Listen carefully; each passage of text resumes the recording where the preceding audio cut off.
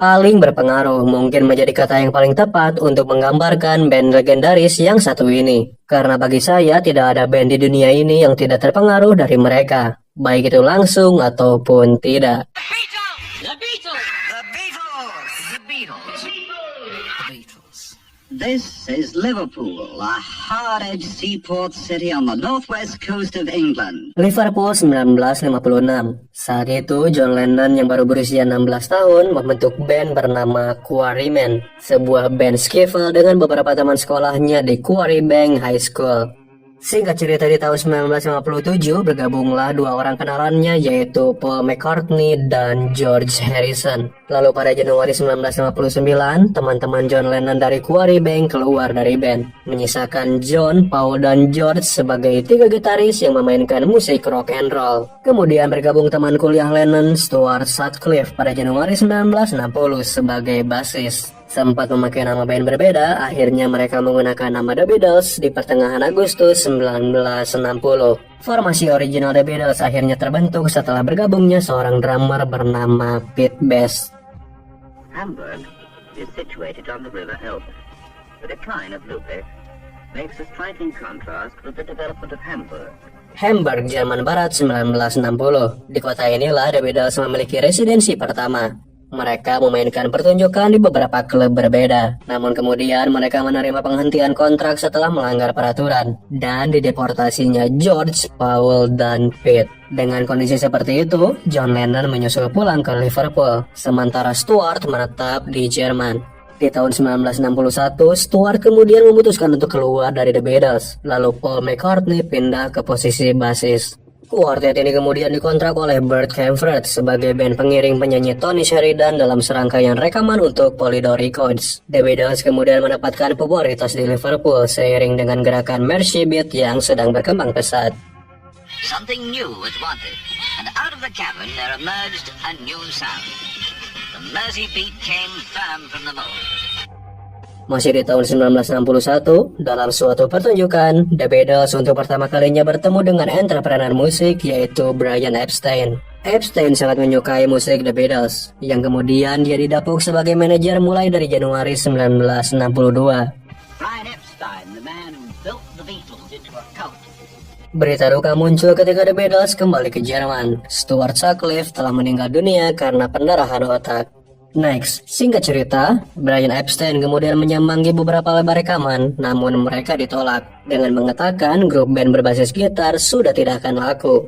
Namun kemudian produser George Martin menandatangani The Beatles ke label Parlophone.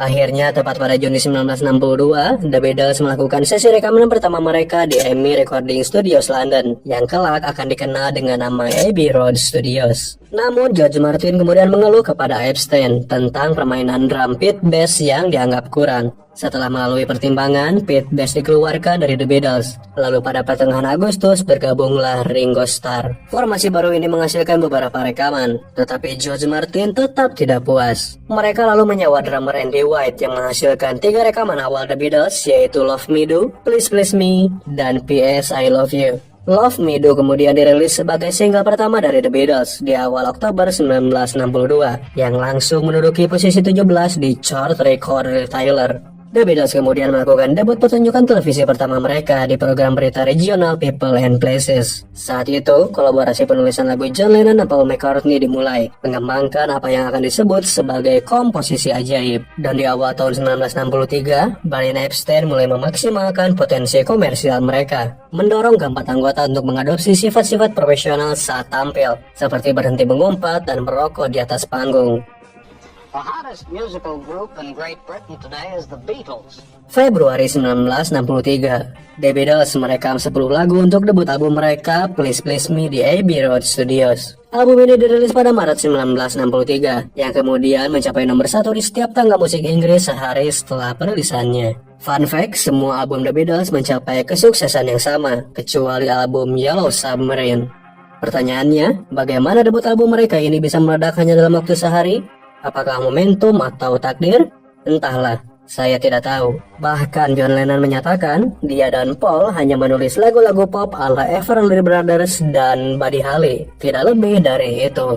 Kesuksesan Please Please Me otomatis membawa peningkatan exposure media bagi mereka. Namun The Beatles menanggapinya dengan sikap yang angkuh dan attitude yang dianggap buruk. Mereka dianggap seperti menentang harapan musisi pop saat itu. Namun di sisi lain, sifat tersebut telah menginspirasi lebih banyak orang. The Beatles kemudian melakukan tur Inggris sebanyak 3 kali di awal tahun 1963, disusul dengan tur nasional pertama mereka.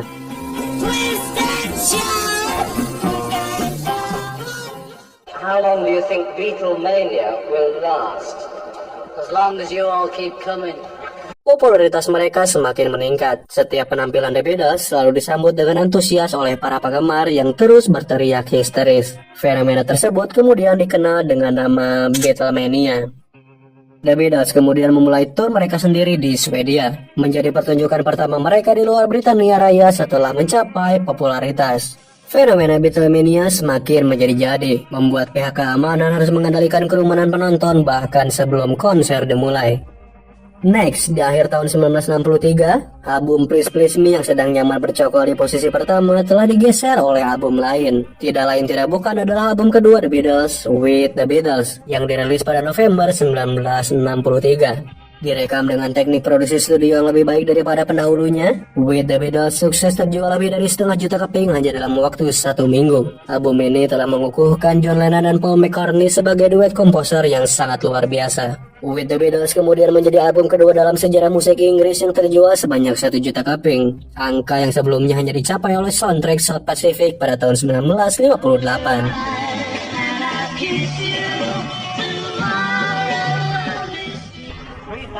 Screaming teenagers are at New York's Kennedy Airport to greet, you guessed it, the Beatles. Januari 1964, The Beatles merilis album pertamanya untuk pasar Amerika, Meet The Beatles lewat Capitol Records. Sebulan kemudian, The Beatles melakukan kunjungan pertama mereka ke Amerika. Saat tiba di Bandara John F. Kennedy, mereka disambut oleh ribuan fans yang histeris. Kemudian, The Beatles langsung melakukan pertunjukan pertamanya di TV nasional Amerika dalam acara The Ed Sullivan Show. Ladies and gentlemen, the Beatles. Tercatat, penampilan The Beatles di acara tersebut ditonton oleh sekitar 37 juta pemirsa, atau sekitar 34% dari populasi Amerika saat itu. Itu adalah jumlah penonton terbesar dalam sejarah program televisi Amerika. The Beatles kemudian melakukan serangkaian pertunjukan yang sukses seperti di Washington Coliseum dan Carnegie Hall, New York. Kesuksesan The Beatles tidak lepas dari momentum. Kunjungan mereka ke Amerika saat itu dianggap menghidupkan kembali rasa kegembiraan masyarakatnya yang telah memudar setelah meninggalnya Presiden John F. Kennedy. The Beatles juga dianggap membantu membuka jalan bagi perubahan sosial revolusioner yang akan datang di akhir dekade tersebut. For a nation still mourning the assassination of President Kennedy, the Beatles were a welcome sight. It really was a great relief from all the stress and pain we've been feeling. The British invasion this time goes by the code name Beatlemania. D-Day has been common knowledge for months, and this was the day. Popularitas The Beatles menghasilkan ketertarikan halayak umum terhadap musik Inggris yang belum pernah terjadi sebelumnya. Banyak musisi dan band Inggris lain yang kemudian membuat debut di Amerika. Band dan musisi Inggris telah berhasil melakukan tur Amerika selama 3 tahun ke depannya, dalam apa yang dikenal sebagai British Invasion. Keberhasilan The Beatles di Amerika telah membuka pintu bagi serangkaian grup dan aksi pop Inggris, seperti Dave Clark 5, The Animals, The Kings, dan The Rolling Stones. And now, back to our stage from England, the Rolling Stones, the Animals. And here they are, fresh from their triumphant appearances in the United States. 12,000 young Britons roar a welcome. Setelah kembali ke Inggris, The Beatles langsung merilis album ketiga, A Hard Day's Night, pada bulan Juli 1964. Kemudian United Artists Records mengontak The Beatles dalam kesepakatan membuat film. Disutradarai oleh Richard Lester, mereka kemudian merilis film yang berjudul sama di tahun yang sama, sebuah film komedi musikal. Film ini meraih sukses internasional, dengan beberapa kritikus membandingkan mereka dengan grup komedi Marx Brothers.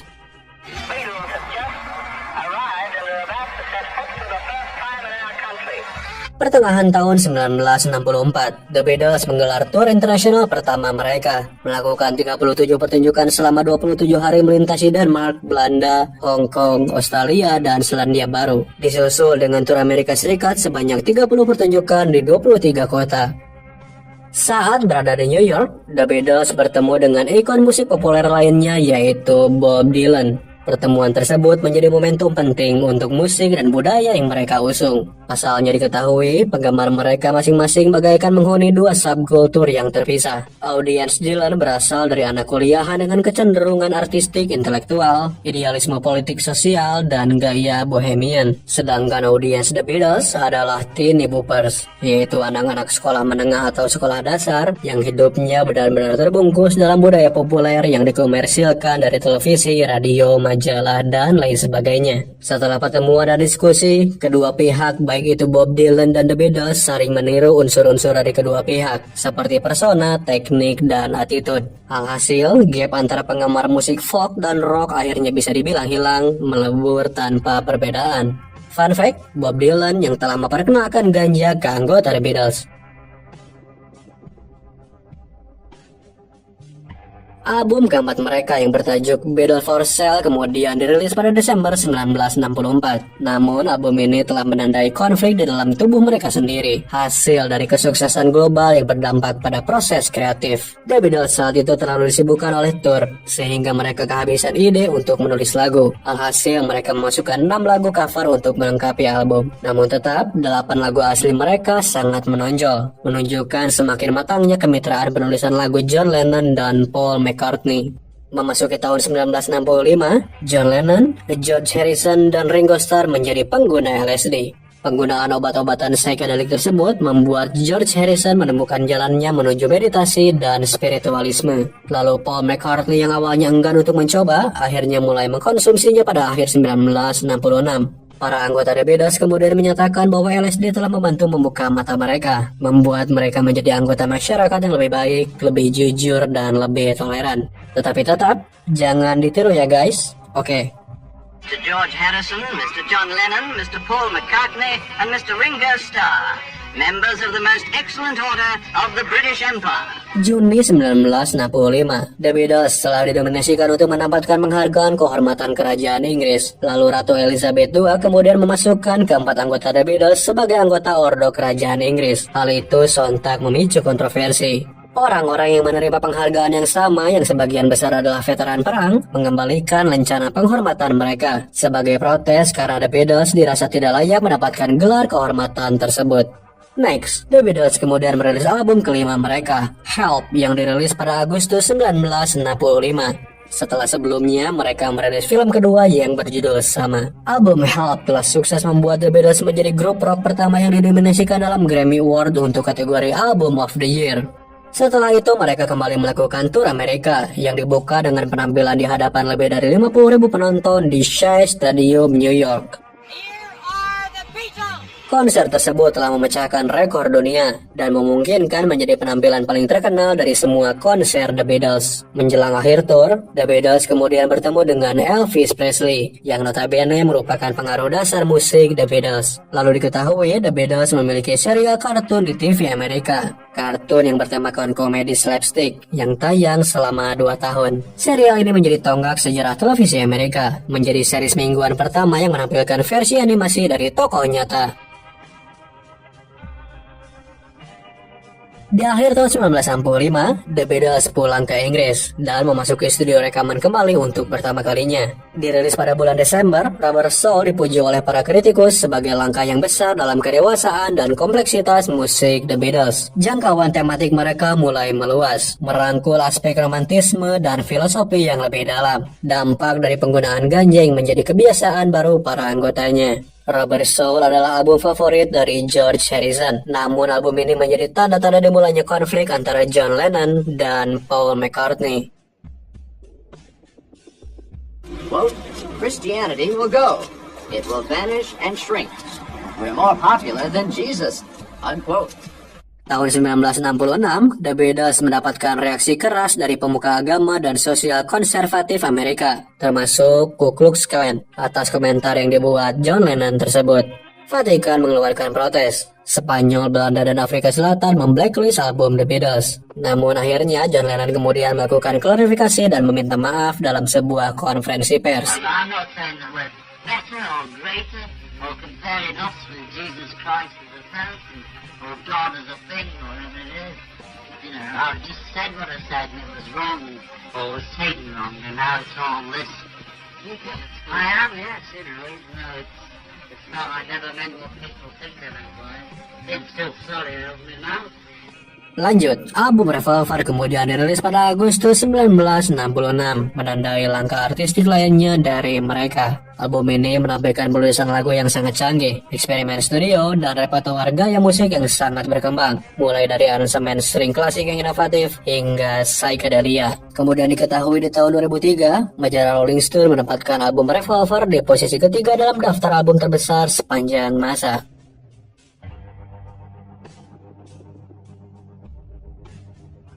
Di pertengahan tahun 1966, The Beatles kembali melakukan tur Amerika. Namun, di setiap pertunjukannya, mereka malah bersaing dengan volume suara yang dihasilkan oleh teriakan penggemar mereka sendiri. Menyadari bahwa pertunjukan mereka tidak lagi tentang musik, The Beatles mengambil keputusan untuk menjadikan tur tersebut sebagai tur terakhir mereka. Tercatat konser di Candlestick Park, San Francisco pada 29 Agustus adalah konser komersial terakhir dari The Beatles, menandai akhir dari 4 tahun The Beatles yang penuh dengan tur tanpa henti, yang mencakup lebih dari 1.400 penampilan internasional.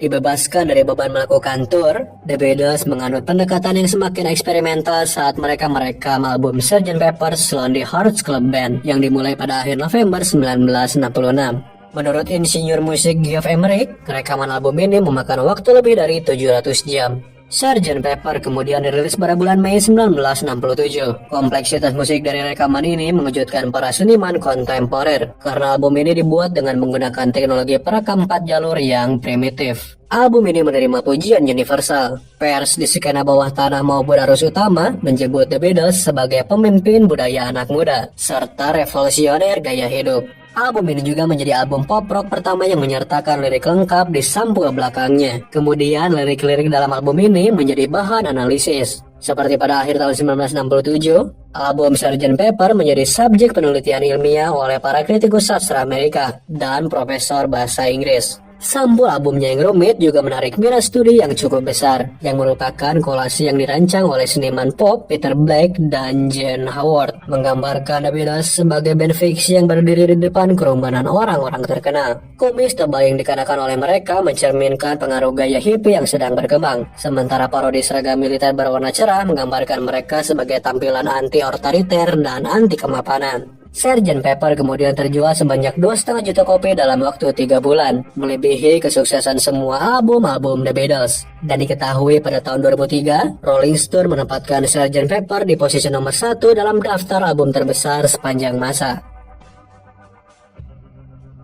Masih di tahun 1967, dua proyek film The Beatles kemudian dirancang. Magical Mystery Tour, sebuah film televisi berdurasi 1 jam, dan Yellow Submarine, sebuah film animasi.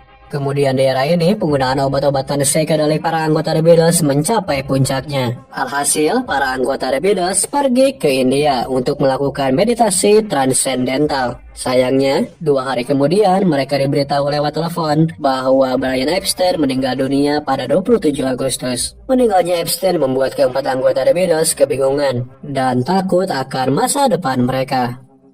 The Beatles kemudian kembali ke studio. Mereka materi yang akan menjadi album ganda White Album. Namun di era ini hubungan antara anggota The Beatles mulai terpecah belah. Ringo Starr bahkan keluar dari band selama 2 minggu, meninggalkan The Beatles sebagai trio dengan Paul McCartney mengisi drum. Lalu John Lennon tiba-tiba kehilangan minat untuk berkolaborasi bersama Paul McCartney. Keadaan diperparah karena anggota The Beatles tidak menyukai romantisme John Lennon dengan Yoko Ono yang mengganggu proses kreatif mereka. Alhasil, setiap lagu dalam White Album dianggap sebagai lagu individu para anggota The Beatles. White Album menjadi rilisan pertama Apple Records. Seperti Sgt. Pepper, lirik dalam album ini menjadi fokus penelitian banyak analisis budaya tandingan.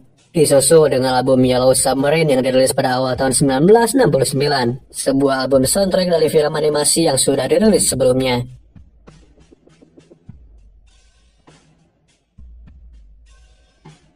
Setelah selesai melakukan sesi untuk White Album, mereka melanjutkan sesi rekaman yang dimaksudkan untuk album baru mereka, yaitu Get Back. Proses kreatif untuk album ini kemudian direkam dan dirilis dalam bentuk film untuk pertama kalinya. Namun prosesnya dianggap sangat berat. Hubungan antara anggota The Beatles dianggap berada di titik terendah. Untuk lebih lengkapnya, saya sarankan untuk kalian menonton film Get Back. Oh iya, diketahui pula penampilan live terakhir The Beatles dilakukan dan difilmkan di atap gedung Apple Corps London pada 30 Januari 1969. Setelah itu ketegangan berkembang antara John, George, dan Ringo melawan Paul dalam urusan keuangan. Singkat cerita, kesepakatan tidak dapat dicapai, namun mereka kembali ke studio untuk memulai sesi rekaman untuk album Abbey Road. Namun, karena situasinya tetap menegangkan, John Lennon ingin lagu ciptaannya menempati sisi terpisah dari lagu ciptaan Paul McCartney. Lalu tercatat 20 Agustus 1969 menjadi hari di mana terakhir kalinya keempat anggota The Beatles berada di dalam studio yang sama. Lalu tepat sebulan kemudian, John Lennon mengumumkan kepergiannya dari The Beatles. Lalu dengan segera album Abbey Road dirilis, yang sukses terjual sebanyak 4 juta kopi dalam waktu 3 bulan. Lalu setelah itu The Beatles membubarkan diri. Disusul dengan album Let It Be yang dirilis pada Mei 1970, menjadi album terakhir dari The Beatles, berisikan lagu-lagu yang direkam pada sesi Get Back tahun 1969. John Lennon, Paul McCartney, George Harrison, dan Ringo Starr kemudian merilis album solo masing-masing pada tahun 1970. Lalu album kompilasi, album live, dan film dokumenter The Beatles diketahui terus dirilis hingga zaman sekarang, dan tetap memecahkan rekornya masing-masing. Selama era tahun 1970-an, rumor reuni terus berdengung di Amerika Serikat. Beberapa pengusaha bahkan menawarkan uang senilai 50 juta dolar Amerika, namun mereka menolak semua tawaran fantastis tersebut.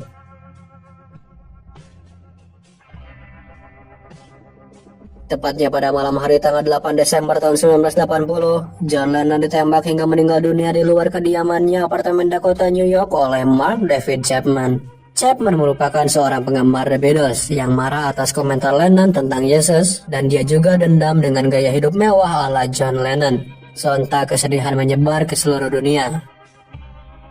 Next, di tahun 1988, The Beatles kemudian dilantik ke dalam Rock and Roll Hall of Fame. George Harrison, Ringo Starr, dan Yoko Ono menghadiri acara tersebut. Sementara Paul McCartney menolak untuk hadir dengan alasan urusan bisnis dalam tubuh The Beatles yang belum terselesaikan.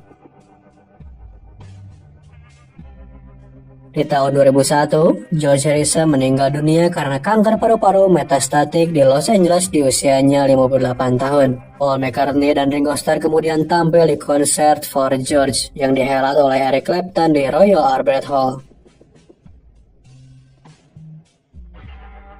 The Beatles dengan formasi John Lennon, Paul McCartney, George Harrison, dan Ringo Starr dianggap sebagai band orkestra yang mengiringi perkembangan kehidupan manusia. Hal itu didasarkan pada pengaruh mereka terhadap anak muda, budaya tandingan, dan identitas negara. Mereka juga menjadi trigger munculnya Beatlemania, dan berjasa membuat musik pop menjadi bentuk seni yang semua itu tidak pernah terjadi sebelumnya. Selain itu, banyak gerakan budaya tahun 1960-an dibantu atau terinspirasi dari The Beatles. Mereka lah yang melucuti invasi band-band Inggris di Amerika, dan tentunya telah menginspirasi banyak anak muda untuk membentuk sebuah band.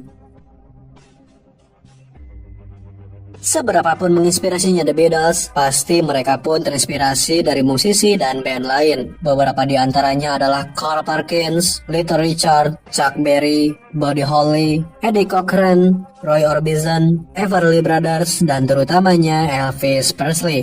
John Lennon bahkan pernah menyatakan, jika tidak ada Elvis, maka tidak akan ada The Beatles. Selain itu, aksi musik yang sejaman dengan mereka pun banyak menginspirasi para anggota The Beatles, seperti Bob Dylan, The Who, Frank Zappa, The Lovin' Spoonful, The Byrds, Beach Boys, dan Ravi Shankar.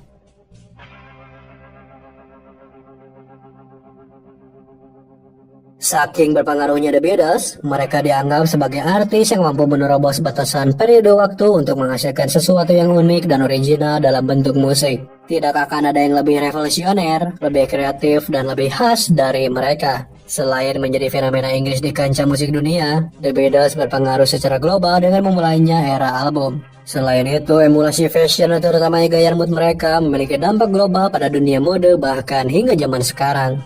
Sebagai ikon budaya tandingan, The Beatles telah menjadi katalisator bohemianisme dan aktivisme di berbagai arena sosial politik sembari memicu gerakan lain, seperti pembebasan hak-hak perempuan dan lingkungan hidup. Dan terakhir, saya yakin inovasi musik dan segala perubahan berbagai sektor budaya dan sosial yang mereka buat lebih dari 60 tahun yang lalu masih dan telah menginspirasi semua musisi, artis, dan tokoh di seluruh dunia hingga zaman sekarang, baik itu langsung ataupun tidak. Dan udah, terima kasih sudah menyaksikan video ini. Saya capek, jangan lupa, dah.